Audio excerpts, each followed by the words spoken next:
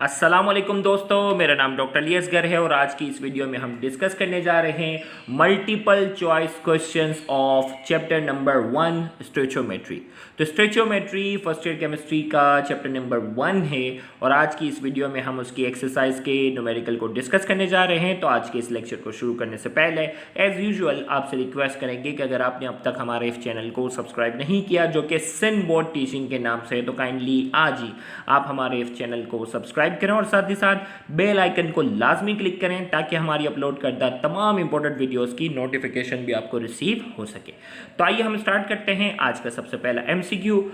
इसमें पूछा जा रहा है, if the volume occupied by oxygen gas O2 at STP is 44.8 dm cube, the number of molecules in the vessel are। हमें कहा जा रहा है कि ऑक्सीजन गैस है, उसका वॉल्यूम जो है वो STP पे कितना है 44.8 dm क्यूब। हमें कहा जा रहा है the number of oxygen molecule in the vessels are. Vessels के अंदर नंबर ऑफ ऑक्सीजन मॉलिक्यूल कितने होंगे? ऑप्शन ए में कहा जा रहा है 3.01 एक्सपोनेंट 23, ऑप्शन बी में कहा जा रहा है 6.02 एक्सपोनेंट 23, ऑप्शन सी में कहा जा रहा है 12.04 एक्सपोनेंट 23 और ऑप्शन डी में कहा जा रहा है 24.08 एक्सपोनेंट 23।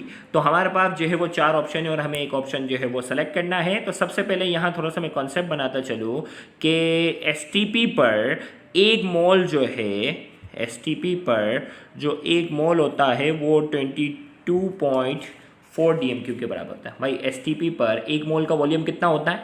भाई लिखा हुआ ना स्टैंडर्ड टेम्परेचर प्रेशर। STP पर किसी भी गैस का जो एक मोल होता है उसका वॉल्यूम कितना होता है 22.4 dm³। यहाँ कितना है 44.8 dm³। 44.8 dm³। मतलब यहाँ नंबर ऑफ मोल की तादाद कितनी है? नंबर ऑफ मोल की तादाद जो है वो यहाँ कितनी है? डबल है। ये बात तय हो गई, तभी 44.8 dm³ है। अब एक मोल में नंबर ऑफ मॉलिक्यूल्स की जो तादाद होती है वो कितनी होती है? एवोगैड्रो के बराबर 6.02 एक्सपोनेंट 23 के बराबर होती है। तो यहाँ नंबर ऑफ मोल कितने हैं? यहाँ नंबर ऑफ मोल जो है वो कितने हैं? 2 हैं। तो लिहाजा 6.02 एक्सपोनेंट 23 को मैं किससे मल्टीप्लाई करूँगा? 2 से।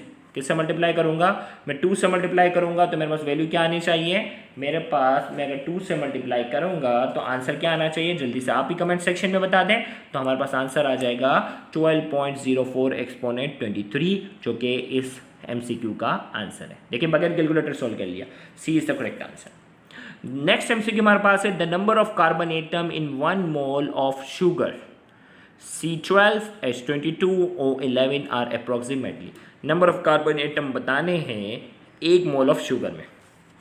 अब देखें भाई, शुगर एक मोल के अंदर, अभी हमने ये बात की थी ना भाई, एक मोल के अंदर गौर से सुनिएगा, यहाँ थोड़ा सा हम देखें भाई, एक मोल जो था उसमें नंबर ऑफ मॉलिक्यूल्स होते हैं वो कितने होते हैं? 6.02 एक्सपोनेंट 23। तो एक मोल में इतने ही है, लेकिन एक मॉलिक्यूल के अंदर कार्बन कितने हैं? 12। भाई एक मोल के अंदर एवोगैड्रो नंबर के बराबर मॉलिक्यूल होंगे, यानी एक मोल शुगर के अंदर शुगर के मॉलिक्यूल्स की जो तादाद होगी वो 6.02 एक्सपोनेंट 23 होगी। लेकिन यहाँ हमारे पास क्या है? एक मॉलिक्यूल के अंदर कार्बन एटम की तादाद कितनी होगी? 12। तो मैं क्या करूँगा? इस एवोगैड्रो नंबर को 12 से मल्टीप्लाई कर दूंगा। तो 12 से अगर मैं इसको मल्टीप्लाई करता हूँ, 6.02 एक्सपोनेंट 23 को अगर मैं 12 से मल्टीप्लाई करता हूँ, 6 मल्टीप्लाई बाई 12 तो कितना होगा? 72 होगा। 72 होगा, यानी हमारे पास वैल्यू होनी चाहिए 7.2 एक्सपोनेंट 24 करके समथिंग क्या होगी? ये वैल्यू बननी चाहिए। चलें अब देखते हैं कोई ऑप्शन है हमारे पास यहाँ। तो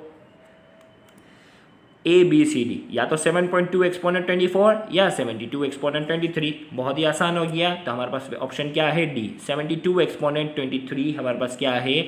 नंबर ऑफ एटम है कार्बन एटम की। तो D is the correct answer. तो अच्छा सा भाई कमेंट सेक्शन में बताते भी जाओ, समझ में आ रहा हो तो आप बताते भी जाओ। इन द रिएक्शन, अब देखें भाई गौर से, इन द रिएक्शन सोडियम जो है वो वाटर के साथ रिएक्ट कर रहा है, सोडियम हाइड्रोक्साइड बन रहा है और हाइड्रोजन बन रहा है। हमें कहा जा रहा है if 23 gram of sodium react with excess of water, 23 gram जो है वो सोडियम है वो वाटर के साथ रिएक्ट कर रहा है, the volume of hydrogen gas H2 liberated at STP should be. हमें कहा जा भाई एक रिएक्शन दे दिया गया, हमें कहा जा रहा है 23 ग्राम अगर सोडियम को पानी के साथ रिएक्ट करवाएंगे, हाइड्रोजन गैस कितनी प्रोड्यूस होगी STP पर। अब यहाँ जो पूरी ट्रिक छुपी हुई है वो इस रिएक्शन में छुपी हुई है। भाई सोडियम के अगर 2 मोल हैं तो हाइड्रोजन गैस के कितने मोल प्रोड्यूस हो रहे हैं? सोडियम के अगर 2 मोल हैं तो हाइड्रोजन के कितने हैं? आधा 1 मोल प्रोड्यूस हो रहा है। भाई इसका 2 है ना, यहाँ नंबर नहीं है तो इसका मतलब क्या 1 है। तो 2 मोल सोडियम अगर पानी के साथ रिएक्ट करेगा तो हाइड्रोजन के कितने मोल प्रोड्यूस होंगे, 1 मोल प्रोड्यूस होगा। अब इसी तरीके फिर 23 ग्राम सोडियम के कितने मोल के बराबर है, 23 ग्राम सोडियम के 1 मोल के बराबर है। तो अगर सोडियम का 1 मोल होगा तो हाइड्रोजन का आधा मोल होगा। भाई इस चीज़ को समझो, सोडियम का 2 मोल है तो हाइड्रोजन का 1 मोल है, और अगर सोडियम का 1 मोल होता तो हाइड्रोजन के कितने मोल होते, आधा मोल होता। तो 23 ग्राम सोडियम जो होता है वो किसके बराबर है, 1 मोल के। भाई इसका एटॉमिक मास यही है ना, तो 23 ग्राम सोडियम जो है वो 1 मोल के बराबर है। तो इसका मतलब 1 मोल सोडियम का होगा वो हाइड्रोजन के कितने मोल प्रोड्यूस करेगा, आधा। और जैसा कि अभी हमने इससे पहले वाले एमसीक्यू में बात की थी कि 1 मोल का जो वॉल्यूम होता है वो 22.4 डीएम क्यूब होता है, तो आधे मोल का कितना होगा, इसका आधा कर दो, 11.2 डीएम क्यूब। तो यहाँ डिसाइड ये हुआ कि 23 ग्राम सोडियम जो है वो 1 मोल के बराबर है, लिहाजा हाइड्रोजन गैस का जो मोल प्रोड्यूस होगा वो आधा होगा, और आधा मोल का वॉल्यूम कितना होता है, option A B C D 4 option है। आप खुद ही कमेंट सेक्शन में बताएं क्या आंसर होना चाहिए। तो इसका आंसर जो है वो होना चाहिए ऑप्शन ए, 11.2 डीएम क्यूब जो है वो इसका आंसर है। नेक्स्ट एमसीक्यू हमारे पास जो है, नेक्स्ट एमसीक्यू जो हमारे पास है वो क्या है, which of the following sample of substance contain the same number of atom as 20 gram of calcium. हमें कहा जा रहा है भाई आपको अलग अलग सैंपल दे दिए कि भाई सल्फर का, कार्बन का, पोटेशियम का, मैग्नीशियम का। हमें कहा जा रहा है कि इनमें से कौन सा सैंपल है contain the same number of atom as 20 gram of calcium. 20 gram calcium में, 20 ग्राम कैल्शियम में जितने नंबर ऑफ एटम होंगे ना, इनमें से कौन सा है जिसके जो है वो नंबर ऑफ एटम जो होंगे वो सेम होंगे। तो सबसे पहले यहाँ ये ज़हन नशीन कर लो कि 20 ग्राम कैल्शियम किसके बराबर है। भाई कैल्शियम का एटॉमिक मास जो है ना, एटॉमिक मास यूनिट क्या है, कैल्शियम का एटॉमिक मास यूनिट जो है वो 40 है। इसका मतलब कैल्शियम 40 ग्राम जो होगा वो किसके बराबर होगा, 1 मोल के बराबर होगा। 40 ग्राम जो होगा वो किसके बराबर होगा, 40 ग्राम जो होगा वो 1 मोल के बराबर होगा। अब यहाँ हमारे पास दिया गया 20 ग्राम। 20 ग्राम किसके बराबर है, हाफ मोल के। 20 ग्राम किसके बराबर है, आधा मोल के। ओके भाई, तो यहाँ हमने कहा कि 20 ग्राम, गौर से सुनिएगा, 20 ग्राम कैल्शियम जो है वो हाफ मोल के बराबर है। अब हमें तलाश करना है कि इनमें से कौन सा आधे मोल के बराबर है। अब सल्फर का एटॉमिक मास यूनिट कितना होता है, 32। 32 का आधा करो कितना होता है, 16 ग्राम, ये भी आधा मोल के बराबर है। कैल्शियम 40 था तो 40 का आधा कितना था, 20 था, ये हाफ मोल के बराबर था, ये भी हाफ मोल के बराबर है। कार्बन का जो है वो कितना था, 12, ये 20 है, ये तो 1 से भी ज़्यादा हो गया। 12 अगर होता तो 1 मोल होता, ये तो 20 है, इससे भी ज़्यादा है। पोटेशियम की अगर हम बात करते हैं, पोटेशियम जो होता है वो 39 के बराबर होता है। किसके बराबर होता है, 39। 39 का जो हाफ होता है वो 19.5 होता है। 39 का जो हाफ होता है वो कितना होता है, 19.5, लेकिन ये तो 19 ग्राम है, मतलब आधे मोल से थोड़ा सा कम है। और मैग्नीशियम जो होता है इसका एटॉमिक मास यूनिट होता है 24, और ये तो 24 ग्राम है, ये 1 मोल के बराबर है। तो लिहाजा इसका जो करेक्ट आंसर हमारे पास क्या हो गया, 20 ग्राम कैल्शियम जो है वो आधे मोल के बराबर है, और सल्फर भी जो हमारे पास है वो क्या है, यहाँ हाफ मोल के बराबर है, क्योंकि सल्फर जो है वो 32 ग्राम सल्फर जो होता है वो 1 मोल के बराबर है। तो ये 16 ग्राम सल्फर जो है वो किसके बराबर हो गया, हाफ मोल के बराबर। लिहाजा इसका करेक्ट आंसर हमारे पास जो है वो क्या है, ऑप्शन ए। तो इसमें नंबर ऑफ एटम क्या होंगे, सेम होंगे, क्योंकि ये भी आधा मोल है, ये भी आधा मोल है, तो नंबर ऑफ एटम क्या होंगे, सेम होंगे। नेक्स्ट हमारे पास है, which of the following statement is incorrect. हमें पूछा जा रहा है कि इनमें से कौन सा स्टेटमेंट जो है वो इनकरेक्ट है। ऑप्शन ए में कहा जा रहा है the mass of 1 mole of chlorine gas is 35.5 gram. Chlorine gas का जो मास है ना भाई, 1 क्लोरीन होता है 35.5 के बराबर। तो Cl2 है तो कितना होगा, 71 ग्राम। तो 1 मोल Cl2 गैस जो होगा वो 71 ग्राम के बराबर होगा। ये तो करेक्ट, इनकरेक्ट हो गया, पहला ही ऑप्शन हमें मिल गया। चलें बाकी ऑप्शन भी पढ़ते हैं। 1 mole of hydrogen gas contain 6.02 exponent 23 molecule of hydrogen.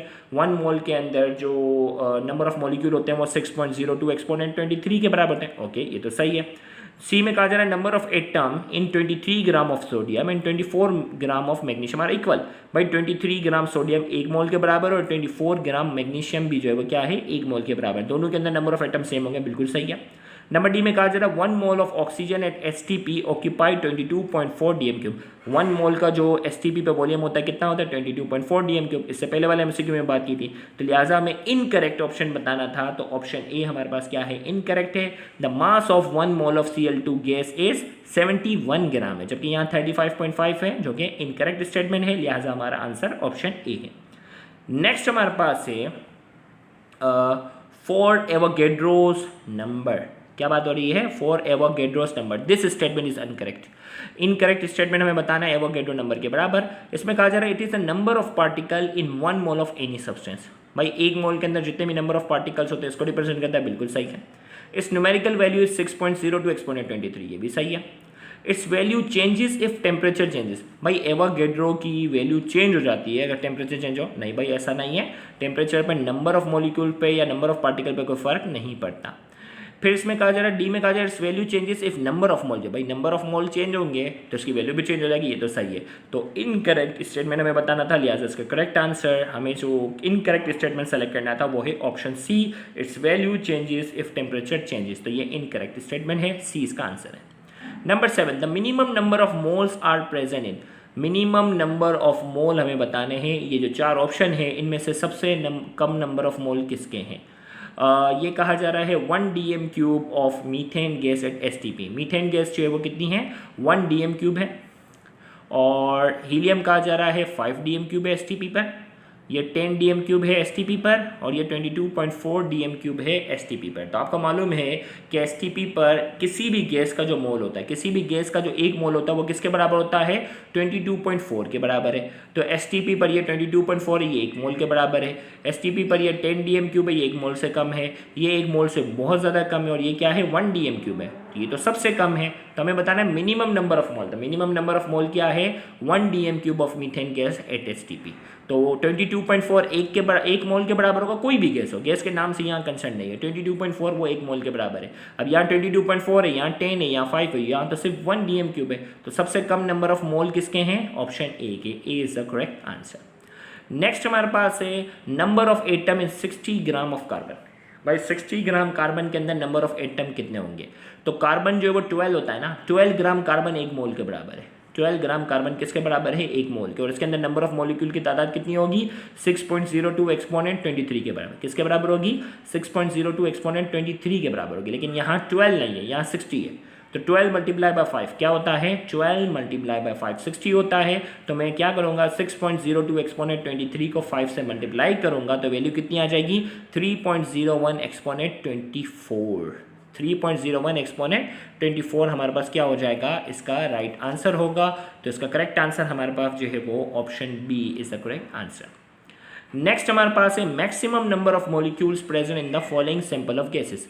Maximum number of molecules बताने, इनमें से सबसे ज़्यादा नंबर ऑफ मॉलिक्यूल किसके हैं?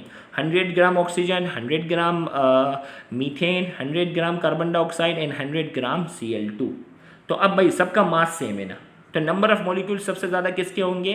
नंबर ऑफ मॉलिक्यूल सबसे ज़्यादा उसके होंगे जिसका मॉलिक्यूलर मास क्या होगा? जिसका मॉलिक्यूलर मास सबसे कम होगा। तो अब मॉलिक्यूलर मास का फैसला करो। 2 ऑक्सीजन है 16 और 16 32। कार्बन यहाँ मीथेन है, कार्बन 1 12 और हाइड्रोजन के 4 कितने होंगे? 16।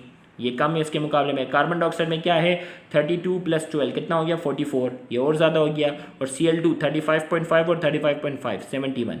तो सबसे इनमें से सबसे हल्की गैस जो होगी उसके नंबर ऑफ मॉलिक्यूल क्या होंगे? सबसे ज़्यादा होंगे। तो सबसे हल्की गैस यहाँ इसमें है मीथेन और इसके लिहाजा इसका करेक्ट आंसर हमारे पास क्या है? Option B 100 gram methane is the correct answer. Next MCQ और इस चैप्टर का last MCQ, generally actual yield is. अब यहाँ हमने बताया था ना थ्योरेटिकल यील्ड, परसेंटेज यील्ड, ये वो। तो एक्चुअल यील्ड जो किसी भी केमिकल रिएक्शन के दौरान जो हकीकत में हमें जो प्रोडक्ट हासिल होता है वो किसके बराबर होता है? क्या है? ग्रेटर देन थ्योरेटिकल यील्ड, यानी केमिकल इक्वेशन के जरिए जो हमें प्रोडक्ट हासिल होता है उसके मुकाबले में ज़्यादा होता है। बी में कहा जा रहा है उसके मुकाबले में कम होता है। सी में कहा जा रहा है एग्जैक्ट उसी के बराबर होता है। और डी में कहा जा रहा है some time greater and some time less than theoretical है, कभी कभार ज़्यादा कभी कभार कम। तो इसका करेक्ट आंसर बताना है कि एक्चुअल यील्ड जो होता है वो थ्योरेटिकल यील्ड के मुकाबले में क्या होगा। तो इसका करेक्ट आंसर हमारे पास क्या होता है? एक्चुअल यील्ड जो होता है वो हमेशा थ्योरेटिकल यील्ड के मुकाबले में कम होता है। लिहाजा इसका करेक्ट आंसर हमारे पास क्या है? Be less than theoretical yield. तो इस MCQ का करेक्ट आंसर हमारे पास ऑप्शन बी है। तो यहाँ जाकर चैप्टर नंबर 1 की एक्सरसाइज के न्यूमेरिकल बड़े कॉन्सेप्चुअल थे, बहुत अच्छे MCQ थे, वो हमने आज की इस वीडियो में डिस्कस किए। इंशाल्लाह नेक्स्ट वीडियो के अंदर नेक्स्ट चैप्टर के MCQ हम डिस्कस करने जाएंगे, तो उसको भी देखना मत भूलिएगा। Thank you very much. अल्लाह हाफिज़।